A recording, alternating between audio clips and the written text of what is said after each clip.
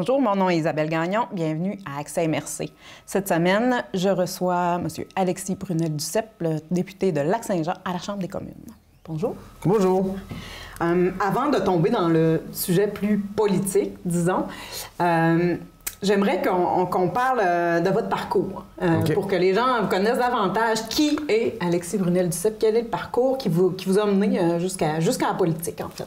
Bien, moi, ça fait depuis que je suis tout petit là, que je suis en politique de par mon père. Donc, moi, j'avais 11 ans quand mon père a été élu. Donc, à partir de ce moment-là, bien, c'est sûr que j'allais dans toutes les rencontres politiques, des petites assemblées de cuisine comme des grands rassemblements. Et ça m'a donné la piqûre. Et à partir d'à peu près, je dirais début vingtaine, là, je me suis vraiment impliqué là, dans les instances des partis, de différents partis, le Parti québécois, Bloc québécois. J'ai même fait un petit détour par Option nationale quand Jean-Martin Hassan a fondé le parti. Puis après ça, je suis revenu au Bercail. Mais ça a toujours été dans moi parce que je voyais ce qui était possible de faire en politique en regardant mon père aller. Et puis, ben c'est ça, j'ai eu la piqûre. C'est pas tout le monde qui l'a nécessairement quand il y a un parent politicien. Ma sœur veut rien savoir de la politique. mais moi, je l'ai eu. Puis à ce moment-là, comme je me suis mis à m'impliquer, moi, j'étais sur les plateaux de tournage à Montréal pendant 19 ans, mais je me suis impliqué dans mon syndicat aussi parce que c'est une forme de militantisme politique aussi, faire partie d'un syndicat. Et donc, j'étais sur le CA, élu du syndicat. Je me suis impliqué dans les instances des partis. J'ai participé à l'élaboration de plateformes électorales. J'étais dans l'équipe de Véronique Yvon comme conseiller là, lors de la course à la chefferie du Parti québécois. Donc, j'ai toujours baigné dans ce milieu-là. Et puis, on m'a demandé à plusieurs reprises de me présenter. Puis moi, je disais toujours non. J'ai quand même des enfants qui étaient jeunes à l'époque. Puis aussi, je voulais faire mon nom. Je voulais pas juste me présenter comme étant le fils de Gilles Duceppe, mais je voulais aussi amener un bagage avec moi. Et c'est pour ça que je me suis présenté pour la première fois. J'avais 40 ans. J'avais eu le temps, justement, d'avoir un certain bagage de vie pour pouvoir l'amener en politique. Et puis, c'est comme ça que je me suis retrouvé à être député de Lac-Saint-Jean, un travail que je chéris à chaque jour. C'est la plus belle job que j'ai eue de toute ma vie. Représenter les citoyens qui sont proches de moi, représenter leurs désirs, leur appréhension, des fois leur peur. Ça fait en sorte que, moi, je trouve ça gratifiant comme travail, mais il faut travailler aussi. Puis il faut réussir à être proche du monde. Puis ça, c'est ce que j'essaie de faire à tous les jours. Les gens se demandent peut-être, pour ceux qui ne vous ont pas suivi de près, pourquoi au Lac-Saint-Jean? Oui, bien, premièrement, moi, je suis avec Mylène, ma conjointe, depuis bientôt 25 ans. On s'est rencontrés au cégep de Jonquière lorsqu'on avait 18 ans. Et puis, bien, Mylène est native d'Alma. Et donc, moi, je m'étais toujours dit, si un jour je me présente en politique, je vais me présenter dans le comté où j'habite. Ça, c'était inévitable pour moi. Et puis, bien, on avait fait un retour en région en 2017. On s'était réinstallé au Lac-Saint-Jean. À ce moment-là, je n'avais pas nécessairement l'intention de me présenter pour le Bloc québécois quand on est revenu en région en 2017. Je me suis trouvé un emploi sur les machines à papier à l'usine Résolu à Alma. Et puis, en même temps, je continuais à être dans les instances de certains partis. J'ai participé à l'avenue d'Yves-François Blanchet comme chef du Bloc québécois.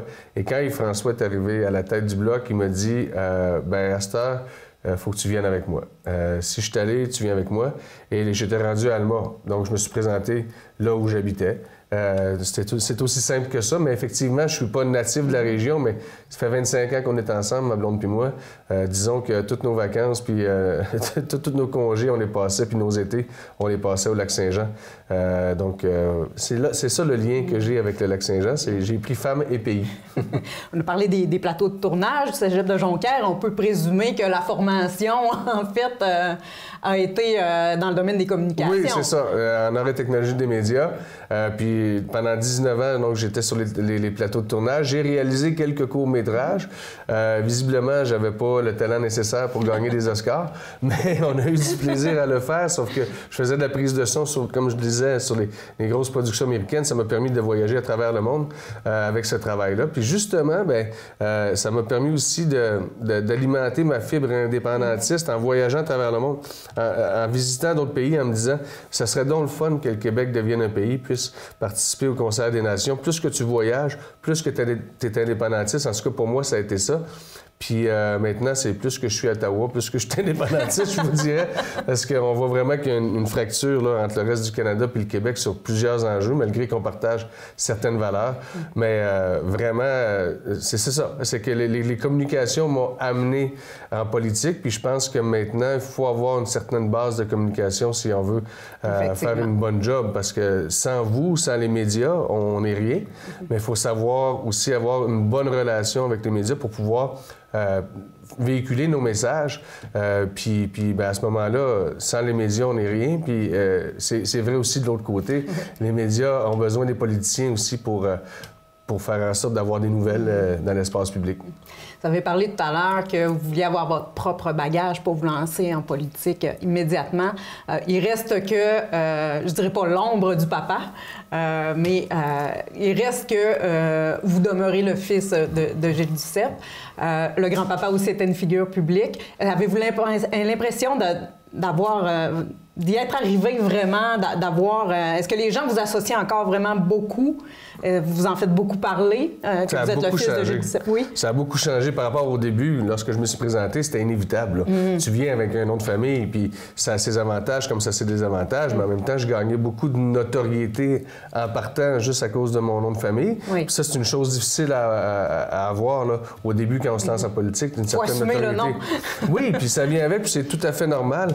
Puis, mais je pense que là, ça va faire 3 ans, ça fait 3 ans et demi. Je pense que les gens ont vu que j'ai un style complètement différent de celui de mon père. S'il y a une chose sur laquelle on se ressemble beaucoup, mais ça, c'est de famille. Ma soeur est comme ça, ma mère est comme ça. On est des travaillants.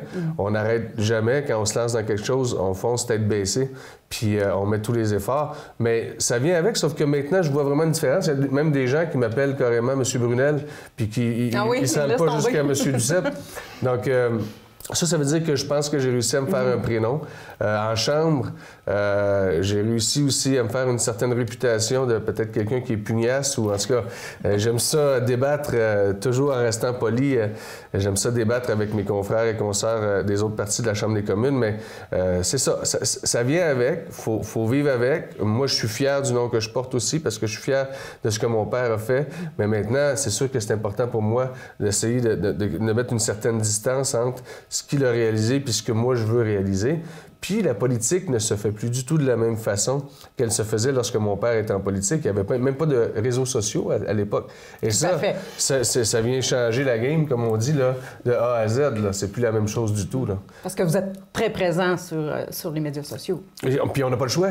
Ça vient avec. Des fois, c'est difficile parce que, vous le savez, il ne faut pas tout lire tous les commentaires. Il y a ce qu'on appelle des trolls. Oui. Puis même, j'ai demandé à mes enfants de ne pas nécessairement aller lire les commentaires parce que... Et ça, c'est pour tous les partis, là.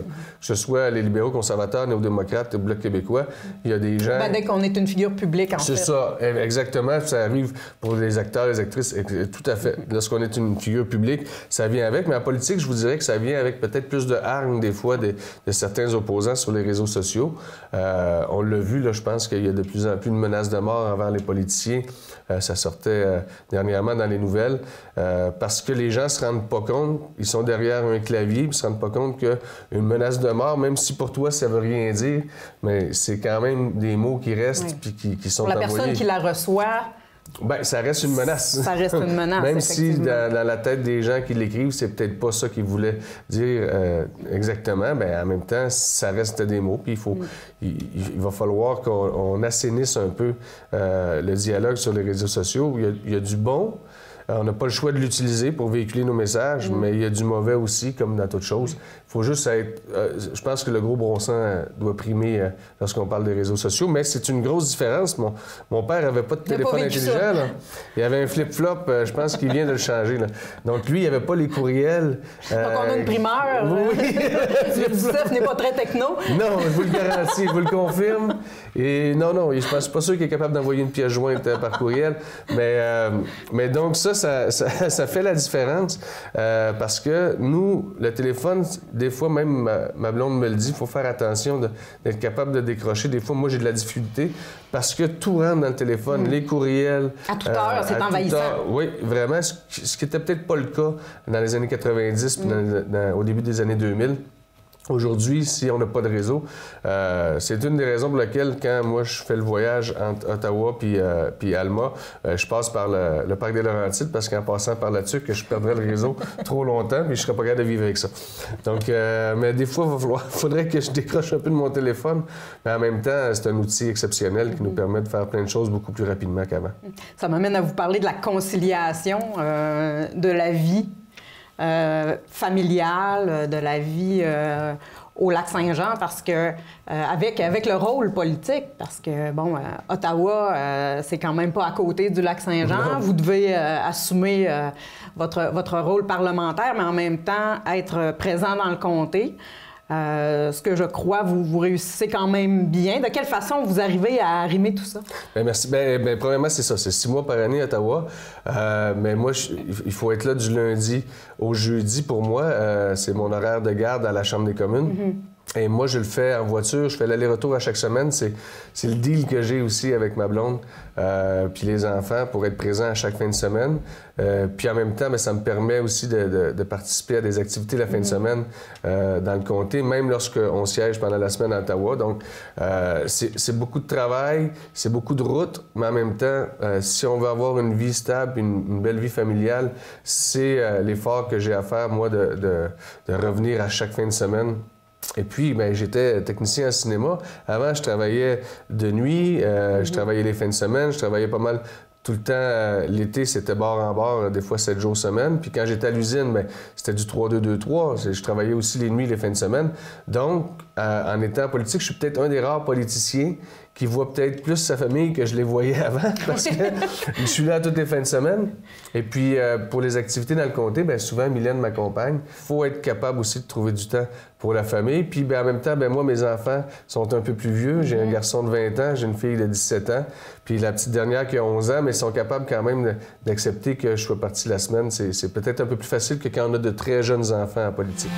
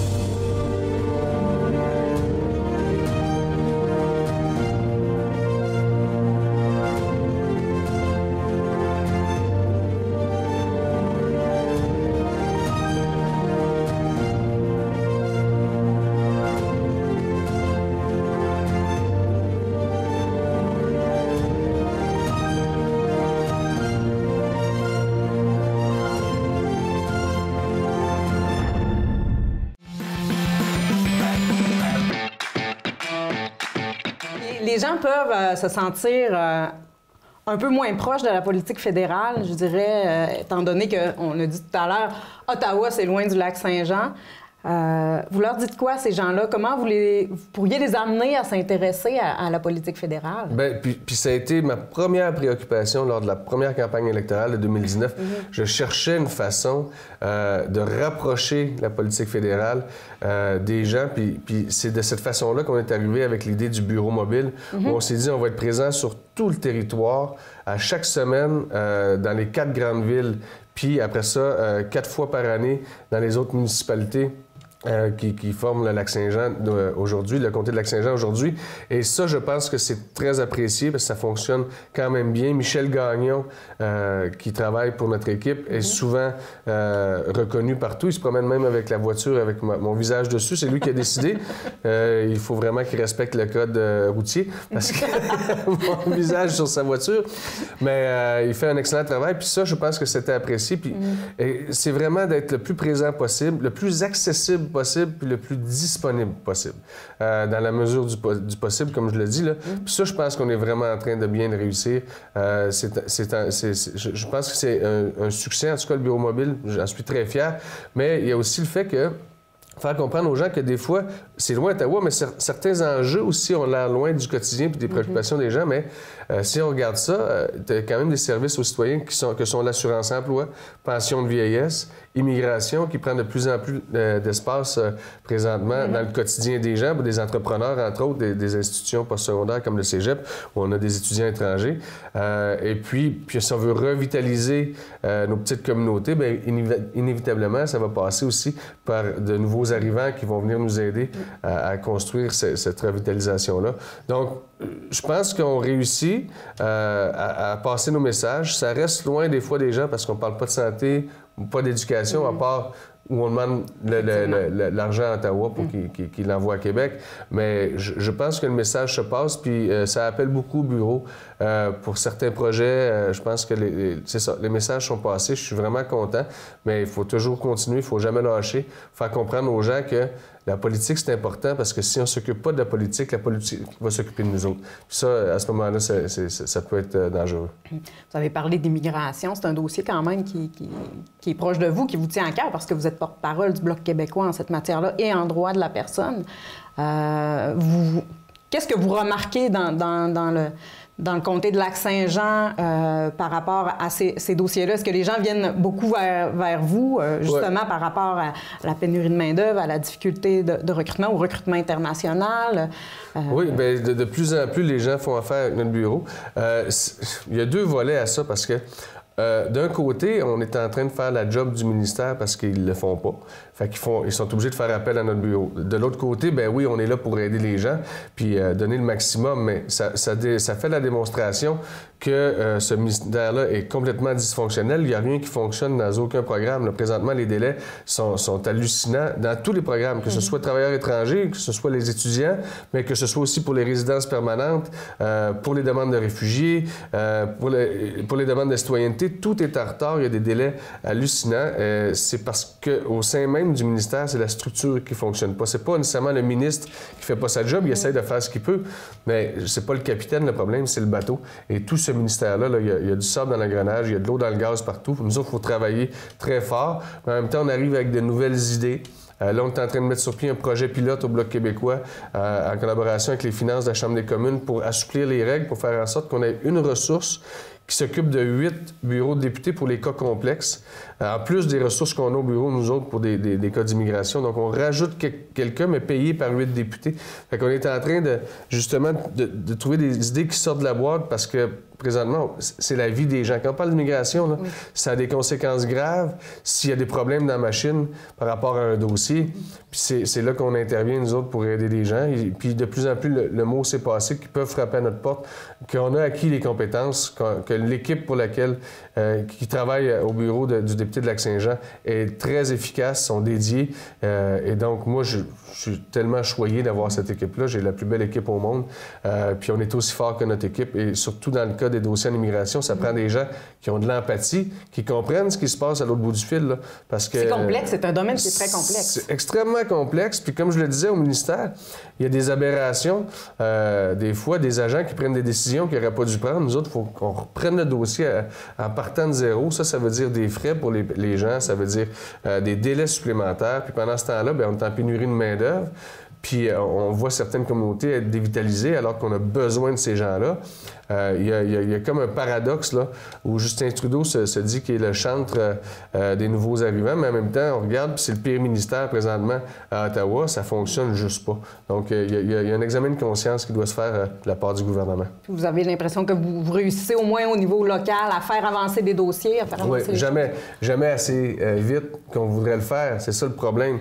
Mais quand même, on a développé certaines compétences, on fait affaire aussi, on a trouvé certaines personnes au ministère où on fait plus affaire avec ces gens-là parce qu'on a trouvé des gens qui étaient quand même compétents. C'est pour ça que je dis que c'est pas la faute des fonctionnaires comme tels, parce qu'eux autres, ils font ce qu'ils peuvent avec ce qu'ils ont. Le problème, c'est peut-être au niveau des hauts fonctionnaires qui, eux autres, sont peut-être plus réfractaires au changement, mais on est en 2023, c'est le temps de faire changer les choses. Au ministère de l'Immigration, présentement, il y a encore des dossiers qui sont que papier, qui ne sont pas numérisés. Donc, déjà en partant, on est en 1950. C'est pas dans l'air du temps? Bien là, quand tu as des dossiers papier, c'est sûr que ça va aller moins vite que si tu le rentres dans une machine puis que tu peux le faire cheminer plus rapidement. Donc, il y a vraiment beaucoup de questions à se poser, à savoir c'est quoi la volonté du gouvernement de faire mieux fonctionner ce ministère-là, parce que présentement, on ne voit pas nécessairement d'action concrète dans ce domaine-là. D'accord. Je vais vous amener sur un dossier que vous avez dénoncé très récemment, justement, les coupures d'Ottawa dans le programme d'emploi d'été Canada.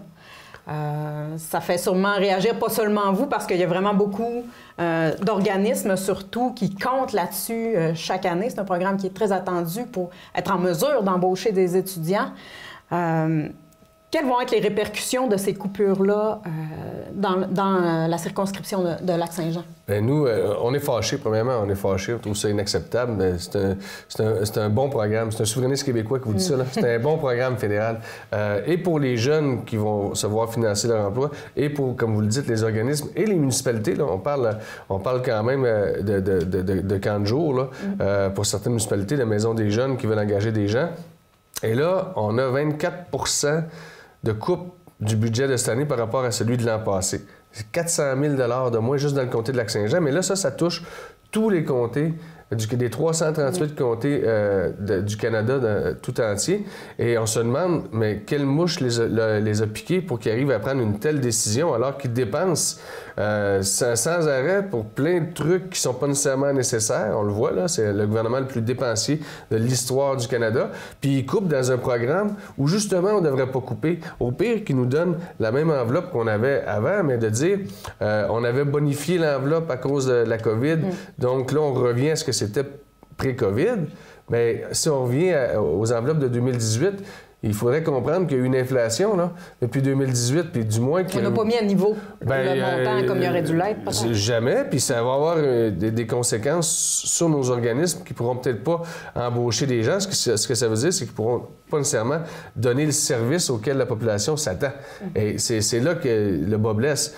C'est des services qui vont être coupés pour la population, alors que c'est des organismes qui sont souvent en première ligne. Et donc, moi, je trouve ça aberrant. Le Bloc québécois est sorti en force.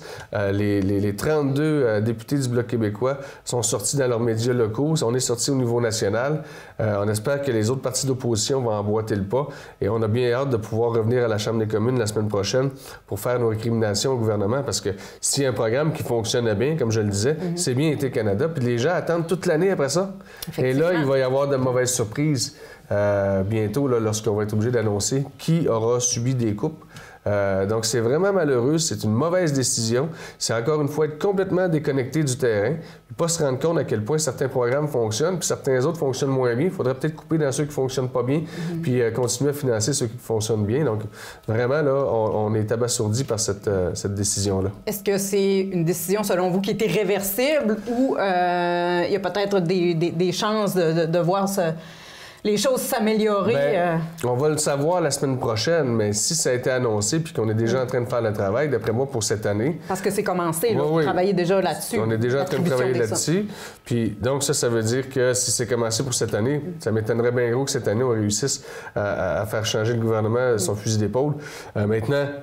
On va continuer à mettre la pression avec les autres partis d'opposition pour que ça revienne au niveau de l'année passée pour l'année 2024. Ça, j'espère que le gouvernement va tendre l'oreille puis comprendre le gros bon sens. C'est arrivé depuis 2019 que le Bloc fasse des gains. On espère qu'on va pouvoir faire ce gain-là. C'est pour la population. Il n'y a pas de couleur politique là, dans Poété Canada. Là. Je veux dire, qu'on soit libéral, conservateur, néo-démocrate ou du Bloc québécois, l'enveloppe qui est attribuée à ton comté, ça n'a rien à voir avec la politique, ça a tout à voir avec les services qu'on donne aux gens. Puis là, présentement, ce qu'on voit, c'est qu'il n'y a pas de considération pour nos organismes, pour nos municipalités. C'est vraiment malheureux. Et c'est pas à la tête du gouvernement que sont distribuées les sommes. Le travail de distribution vous revient à vous, je crois, en circonscription. C'est ça. C'est les députés qui doivent choisir là, où sont attribuées les sommes en fonction de qui s'est qualifié avec quel pointage aussi. Là, il y a ça là-dedans. On n'a pas nécessairement, on décide pas de tout, mais on peut faire des changements dans ce qui a été attribué. Puis ce qui est malheureux, c'est qu'il n'y a pas beaucoup de services aux citoyens du gouvernement fédéral. Hein. Les services aux citoyens du gouvernement fédéral, c'est l'assurance-emploi, c'est les pensions, c'est l'immigration.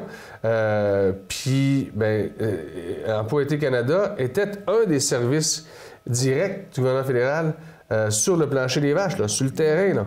Et là, s'il y avait un service de proximité où les gens pouvaient se sentir proches du gouvernement canadien, en fait, oui, c'était comme le bras économique au niveau local du gouvernement canadien. Puis, soudainement, on décide qu'on coupe là-dedans, alors qu'on donne des milliards de dollars aux gazières et aux pétrolières, des milliards. Là.